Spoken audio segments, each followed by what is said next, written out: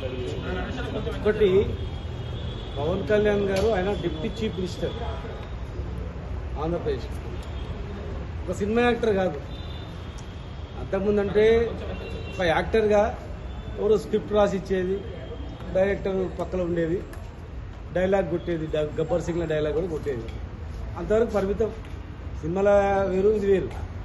నేను కూడా పవన్ కళ్యాణ్ సినిమా వచ్చినప్పుడు అరే బాగుంటుంది చూద్దామని చెప్పి చూసితో నేను కూడా చిరంజీవి గారు అన్నా పవన్ కళ్యాణ్ అన్నా కష్టపడి పైకి వచ్చిన వాళ్ళు అని చెప్పి అభిమానం చూస్తాం. అభిమానం వేరు ఇక్కడ, ఆత్మగౌరవం వేరు ఇక్కడ.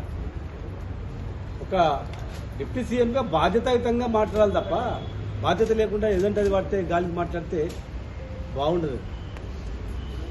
ఇలా ఆయనకు మొన్న వైరల్ ఫీవర్ వచ్చింది, యాడికి వచ్చింది? మరి తెలంగాణకే అది వచ్చింది. దగ్గు లేచినా ఇంకేం లేచినా వచ్చేది హైదరాబాద్కి, తెలంగాణకి. అన్నీ కావాలి తెలంగాణలో, కానీ తెలంగాణ కన్ను బాలేవంటే ఎట్లా? తప్పు. ఒకటి చెప్తున్నా నేను పవన్ కళ్యాణ్ గారికి, ఇమ్మీడియట్గా దీన్ని ఫుల్ స్టాప్ పెట్టాలా. పక్కల బల్యాలు లేకుండా రాజకీయంలో అరే దొరికిన రాబోయే ఛాన్స్ అని ఒక ప్రాంతాన్ని మొత్తం వ్యతిరేకంగా ముద్రేసేటట్టు కూడా ప్రయత్నాలు జరుగుతాయి.